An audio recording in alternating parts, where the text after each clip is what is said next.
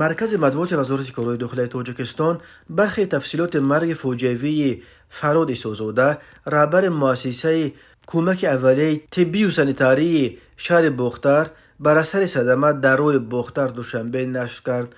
بنا به اطلاع وزارت کارهای داخلی نیمه دوم روز 30 مارس سال 2024 تخمینا ساعت 15:30 راننده ماشین تمغه خونده صنعت ایسازاده فرهاد سال تولدش 1972 ساکن نویه فرخار هنگام حرکت از سمت شهر بختر به سمت شهر دوشنبه در حدود جماعت دهات غلاباد نویه خراسان از عهده دوره واسطه نقلیات نبرآمده ماشینش را به چخوری کنار راست چپ کرده است.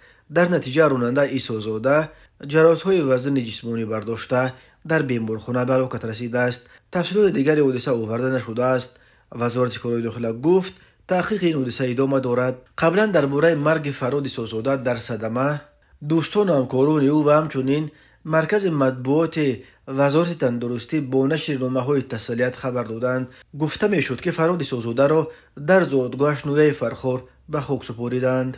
راه‌های تاجیکستان از لحاظ صدمه‌های مرگ‌آور راه‌های پرخطر دانسته می‌شوند. سال 2023 در راه‌های جمهوری در 1111 صدمه 519 نفر به هلاکت رسیده، 1179 کس دیگر مجروح شدند.